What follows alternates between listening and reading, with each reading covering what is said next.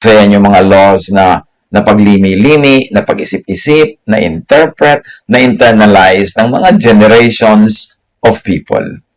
Na fine-tune nila kung paano nila i-adapt sa buhay nila ang godliness, ang paniniwala nila, at alam na nila na ang pagsunod sa ganitong mga alituntunin ang daan para sa maaliwalas na pamumuhay. But we should also take note, maraming teachers or prophets or priests, maraming teachings, prophecies, and priesthoods ay ayaw at actually rejected by God. Hindi como yan ay religious institution, hindi como sikat, hindi como maraming member, hindi como dominant, ay tama. At hindi lahat ng manggagaling ng mga katuruan mula sa any religious institution ay godly. Tulad halimbawa sa Isaiah 44:25, it says that God foils the signs of false prophets and makes fools of diviners, overthrows the learning of the wise, and turns it into nonsense. So kita natin dito na sinasalungat ng Diyos ang gawain maging ng mga ilang religious leaders and teachers and institutions. Jeremiah 14:15, therefore this is what the Lord says about the prophets who are prophesying in my name. I did not send them. Those same prophets will perish by sword and famine. Nakita natin ang mga malilinaw na pangungusap ng Diyos tungkol sa mga nagsasabing sila ay mga propeta. At maraming katuruan na sinasabi nila, yun ang turo ng Diyos. Sabi ng Diyos, I did not send them. Those are false prophets, and they will perish by sword and famine. At lalo na si Jesus, napakarami niya mga sinabi laban sa katuruan ng mga Pharisees. Mark 7:9-13, sinabi pa ni Jesus, ang gagaling ninyo. Para lamang masunod ang inyong mga tradisyon, pinapawalang bisa ninyo ang utos ng Diyos. At marami pa kayong itinuturong katulad nito. Matthew 23:23, woe to you, teachers of the law and Pharisees, you hypocrites! You give a tenth of your spices, mint, dill, and cumin, but you have neglected the more important matters of the law, justice, mercy, and faithfulness. You should have practiced the latter without neglecting the former. So sinasabi ni Jesus na yung mga religious leaders sa kanyang panahon, may maliliit na bagay na pinapalaki at may malalaking bagay na minamaliit. So hindi lahat ng sinasabi nila ay reliable.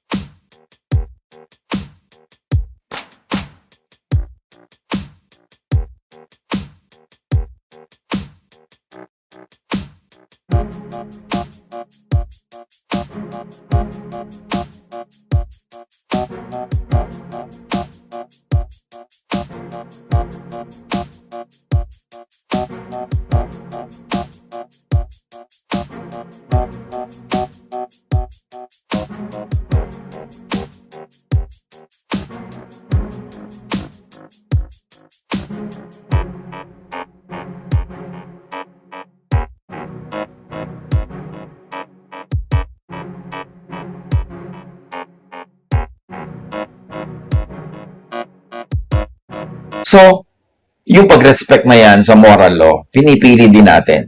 Kasi hindi lahat ng moral laws, hindi lahat ng religious laws ay laws of God. Marami mga moral and religious laws na na-develop lang, na-imbento, o kaya ay na-perfect ng mga religious institutions kasi bagay sa panahon, kasi effective sa mga specific times and places. Pero hindi ibig sabihin universal ang application nun at universally effective. Kaya magdahan-dahan din tayo sa pagsunod sa moral law. Lalo kung ang pagsunod nito ay nagiging napakahirap, madugo, sobrang sacrifice ang hinihingi sa atin, halos mawala na tayo ng buhay at ikabubuhay sa pagsunod, i-review natin. Baka naman hindi galing sa Diyos, imbento lang ng religion.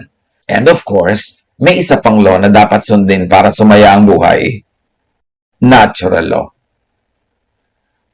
Merong moral religious law. It was developed much later. It is grafted into institutional religion. But natural law was there at and from the beginning. It is grafted not into religion or in religious institutions, but into nature. So, dalawang laws na ang ating binabanggit para dapat sundin at sumaya. Moral, religious law. Kaya lang, hindi 100% na sure ka na yung moral o religious law na yan ay galing sa Diyos. Dapat suriin. Kasi invento lang naman ang tao, ang mga religious institutions, ang maraming mga batas dyan, maraming cheche-boreche na religion, invento lang yan ng mga religious leaders, maaring effective, kailangan for a while, at nakakatulong for a while, but it doesn't mean universally effective yun. Kaya dapat reviewin. But, natural law is universally effective. Why? Because natural law is not invented by man. Hindi katulad ng mga religious laws na merong totoong bigay ng Diyos at merong mga nakahalong invented by people. Pero ang natural law, Diyos ang may bigay lahat kasi Diyos ang lumikha ng nature. Hindi naman tayo nakakalikha ng nature eh. We can only recreate here and there, we can only modify here and there, but we cannot create. Only God creates. So lahat ng law of creation, law of nature, definitely law of God. At para sumaya, sumunod sa moral law, kung nasuri na natin na ito nga ay papasa at religious law na ito ay galing nga sa Diyos, at para sumaya, sumunod sa natural law. Romans 1:20, for since the creation of the world, God's invisible qualities, His eternal power and divine nature have been clearly seen, being understood from what has been made, so that people are without excuse to not know God. So, ang Diyos daw ay nagpakilala sa pamamagitan ng kanyang nilikha. May pakilala ang religion tungkol sa Diyos. Pero iba-ibang religion, may pagkakaiba-iba ng pagpapakilala tungkol sa Diyos. Samantalang iisa ang Diyos. Therefore, doubtful kung 100% correct ang pagpapakilala ng mga religions. Pero ang pagpapakilala ng nature, 100% correct. Kasi hindi pwedeng pakialaman ng tao ang law of nature. It could have only come from the Creator. And God will judge everything we do, how we obey or disobey religious law, up to a point, and natural law, in all points. Laws that govern and shape human life, or laws to obey para sumaya, ano-ano, tulad ng sabi natin, natural law, at may idadagdag pa tayo, legal law. Romans 13:1. Let everyone be subject to the governing authorities, for there is no authority except that which God has established. Ecclesiastes 8:2-3. Obey the king's command. Do not be in a hurry to leave the king's presence. Do not stand up for a bad cause, for he will do whatever he pleases. Since a king's word is supreme, who can say to him, what are we doing? So, para kasumaya, obey legal law, obey the king, obey the government, at huwag kang magmamadali daw aalis sa king's presence. Ibig sabihin, pakinggan mo talaga kung ano sinasabi, kunin mo buong buo kung ano inuutos sa'yo, para hindi ka malito. Huwag kang magkamali. At huwag ka daw mag-stand up for a bad cause. And in the context of what this is saying, do not stand up against the king. Kasi may kapangyarihan siya. At kayang-kaya kanyang parusahan, may kapangyarihan ng Estado para magbigay ng parusa sa mga lalaban dito. Since a king's word is supreme, ang ganoon, sino tayo para basta-basta na lamang na magtanong at lumaban? So, yan ang isa sa mga paraan para kasumaya. Huwag kang bumangga sa pader kung lalo't hindi naman kailangan at lalong hindi naman malinaw na malinaw sa'yo na nasa panig mo ang Diyos. Huwag bumangga sa pader. What to obey and operationalize to be happy? Moral and religious law. Tulad ng binagitan natin kanina. Genesis 4:7. If you do what is right, will you not be accepted? But if you do not do what is right, sin is crouching at your door. It desires to have you, but you must rule over it. So yan ang dapat gawin. Kilalanin ang kasalanan, tanggihan, pagwagian. What do you operationalize to be happy? Ano ang iyong papaandarin? Faith. Prayer. Matthew 17:20. He replied, At parang sinasabi niya sa mga you who could not do it, yung dapat gawin, sabi niya, kasi bakit hindi namin magawa? Because you have so little faith. Truly I tell you, if you have faith as small as a mustard seed, you can say to this mountain, move from here to there, and it will move. Nothing will be impossible for you. So para ka sumaya, kailangan nananalig at kailangan marunong ka magpaandar ng pananalig na yan to your advantage para maghanap ang gusto mong maghanap. Matthew 21:22, if you believe, you will receive whatever you ask for in prayer. Sino ang makapangyarihang tao? Yung buo ang pananalig. Yung marunong gumamit ng pananalig na ito to ask, to seek, to knock. Dahil sabi ni Jesus, ask and it will be given you. Seek and you will find. Knock and the door will be open to you. Kaya may mga nagsasabi, Jesus, kung kaya niyo po sana, gawin niyo ito para sa amin. Mark 9:23, if you can, said Jesus, everything is possible for one who believes. Kaya kailangan natin na mag-concentrate, manahimik, mag-meditate, para maunawa natin in a quiet spiritual way kung ano ang kapangyarihan ng pananalig. Kasi pananalig ang tunay na kapangyarihan. Hindi armas, hindi kayamanan, pananalig. Because faith can move mountains. What do you obey? Operationalize and accept to be happy. At ngayon meron ng accept. Kasi meron ng faith, meron ng moral law, meron ng natural law, meron ng legal law. Pero pag ginawa mo ang lahat ng yan, hindi pa rin 100% na magaganap ang gusto mo, pwede pa rin magkabisala. Kasi meron na tayong dapat tanggapin, chance. Meron din nun. Kasali yun sa bilang. Ecclesiastes 9:11, I have seen something else under the sun. Ano daw mga nakita pa ni Solomon sa kanyang katalinuhan? The race is not to the swift or the battle to the strong. Nor does food come to the wise, or wealth to the brilliant, or favor to the learned. But time and chance happen to them all. Sabi ni Solomon, may nakita pa rin akong kakaiba sa buhay, ha? Kahit mabilis, hindi lagi nananalo sa karera. Kahit matalino, hindi laging may nakakain. Kahit brilliant, hindi laging yumayaman. At kahit matalino at aral, hindi laging sa kanya pumupunta ang blessing. Sabi niya, may kanya-kanya ring kamalasan. Sabi ng contemporary English version, we each have our share of bad luck. Meron din kanya-kanya daw kamalasan. So, pag ginawa mo ang lahat, sinusunod mo ang moral law, pero meron nga tayong warning, hindi lahat ng moral ng religious law are from God. So, mamili ka rin. Pag sinunod mo ang legal law, natural law, pinaandar mo ang faith, magbigay ka rin ng space for chance.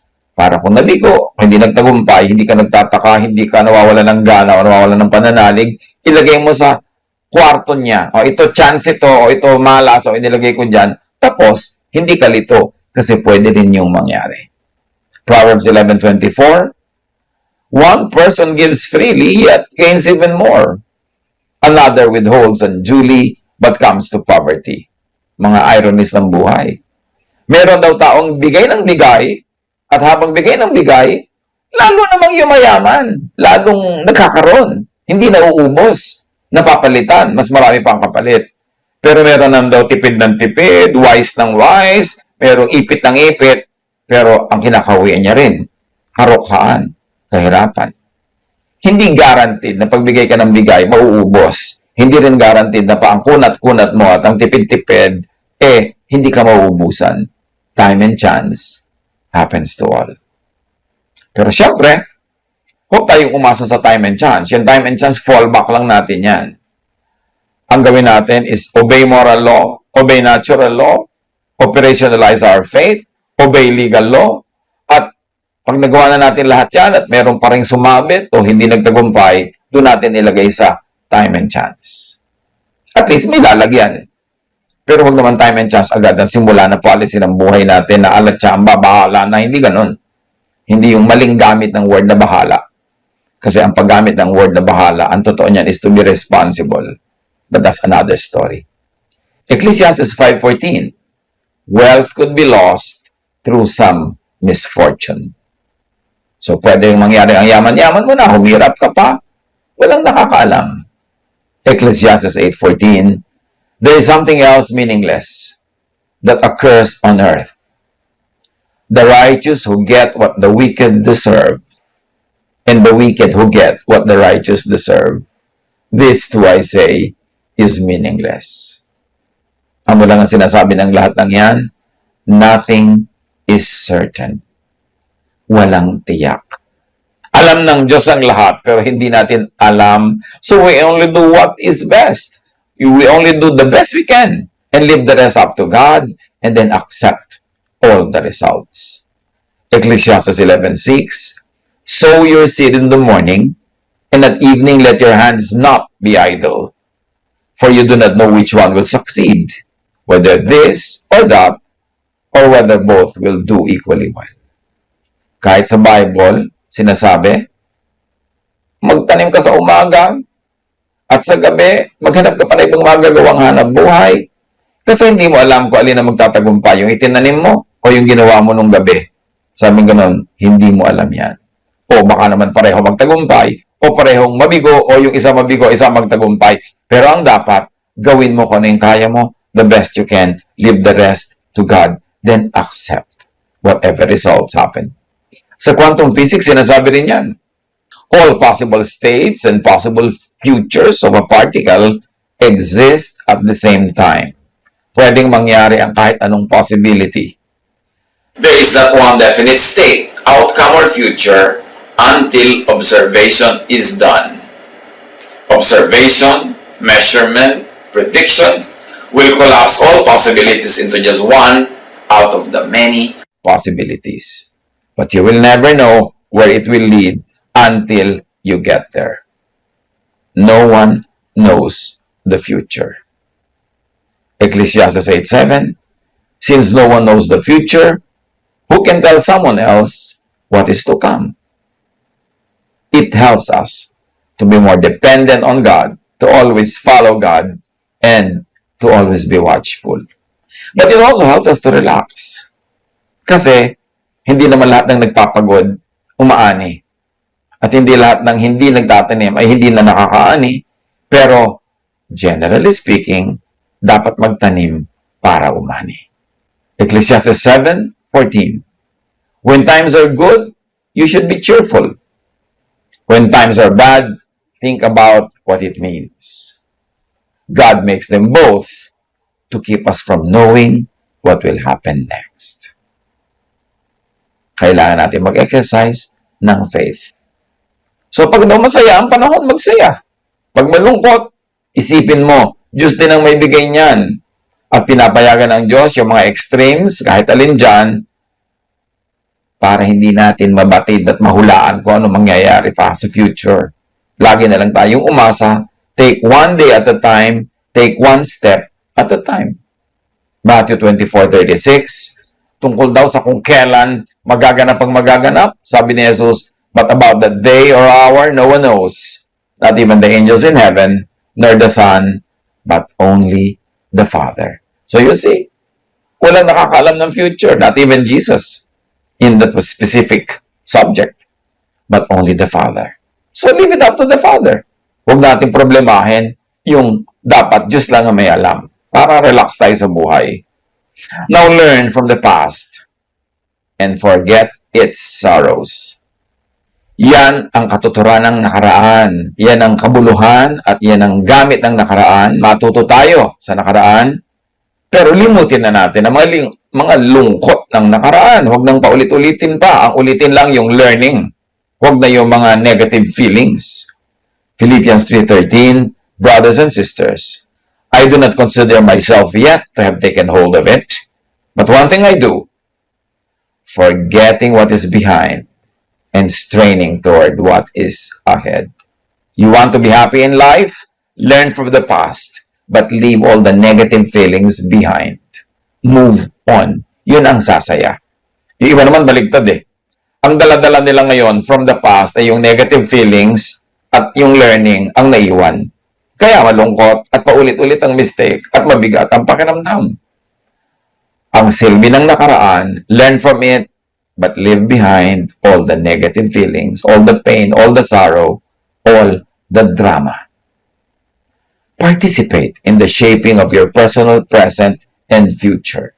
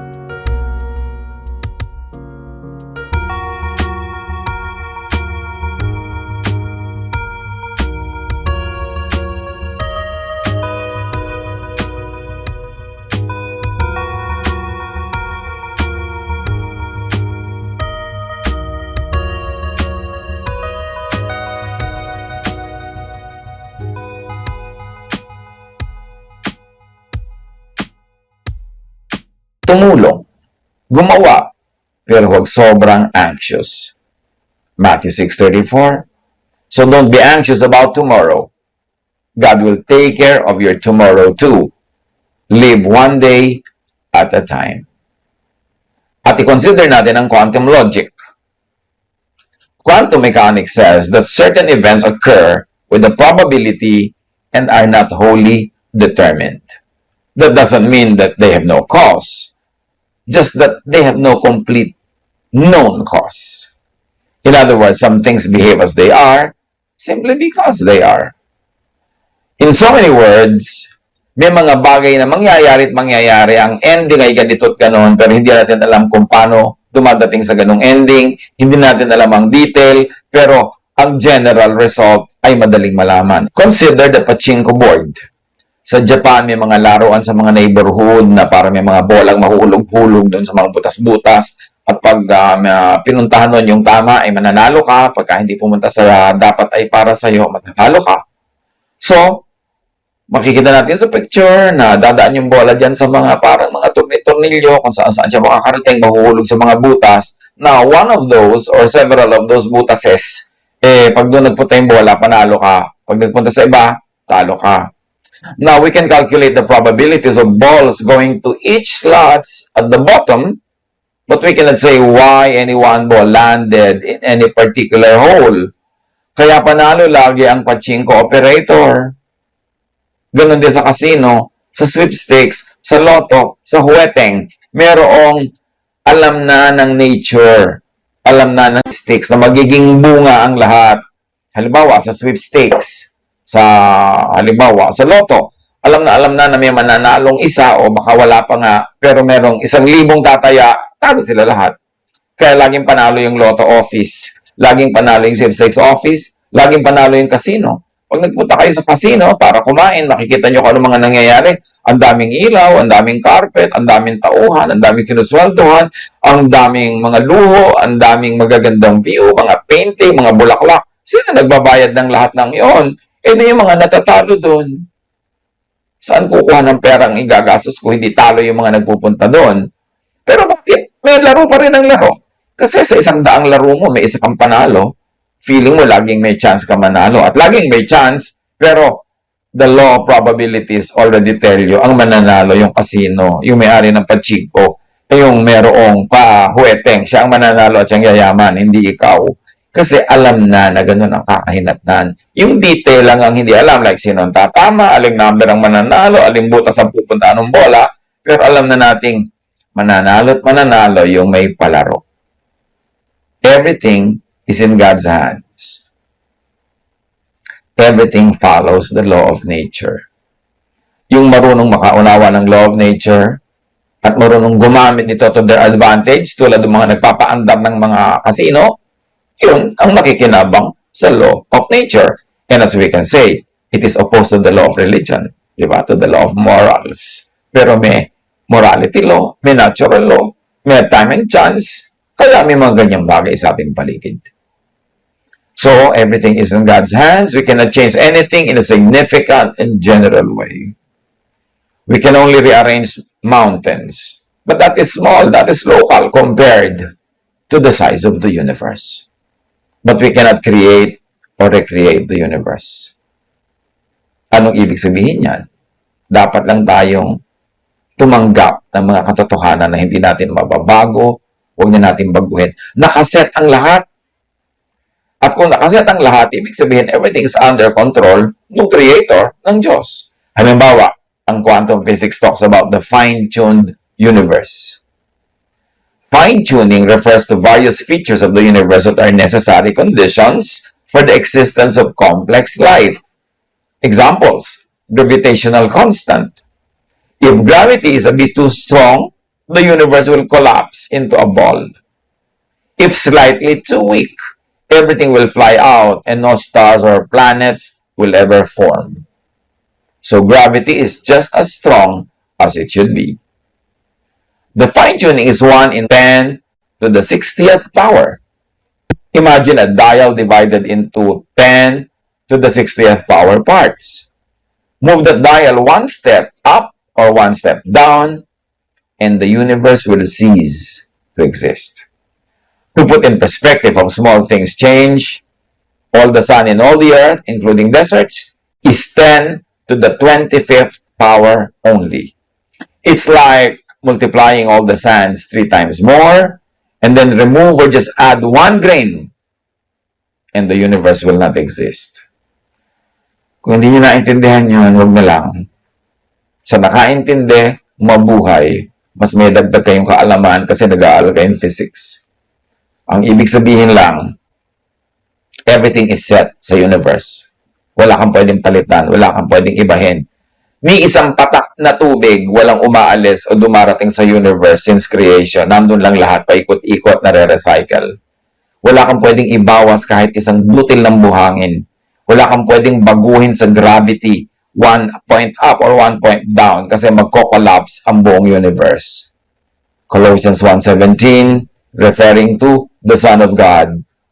He is before all things, and in Him all things hold together. The contemporary English version says, God's Son was before all else, and by Him everything is held together. In other words, we're in good hands because everything is held together by the Son of God. Pwede tayo mag-participate sa buhay, mag-recreate and rearrange here and there, but all the big stories and all the big issues are set. They are there. They cannot be changed. It gives us confidence that life goes on, all the recycling keeps going on, the universe goes on. And it also, tinuturo sa atin, accept whatever comes and whatever happens. Kasi ang nakatakda, yun ang magaganap. Yung nakaset, yun ang masusunod. Ecclesiastes 6:10, whatever happens, happens. Its destiny is fixed. You can't argue with fate. Tanggapin na lang natin ang maluwag kahit ayaw natin. Huwag na tayong makipagtunggali. Huwag na tayong mahirapan para makamove on tayo. Philippians 1:27, whatever happens, conduct yourselves in a manner worthy of the gospel of Christ. To be happy, to be happiest, just obey the laws and accept whatever happens as outcome. Just always do your best. Your best should be enough. But if your best is not enough, accept the result. Merong mga bagay na umaandar, mga batas ng creation na lingid sa atin, pero alam ng Diyos. So magtiwala sa Diyos, do whatever you can, obey moral law, natural law, legal law, and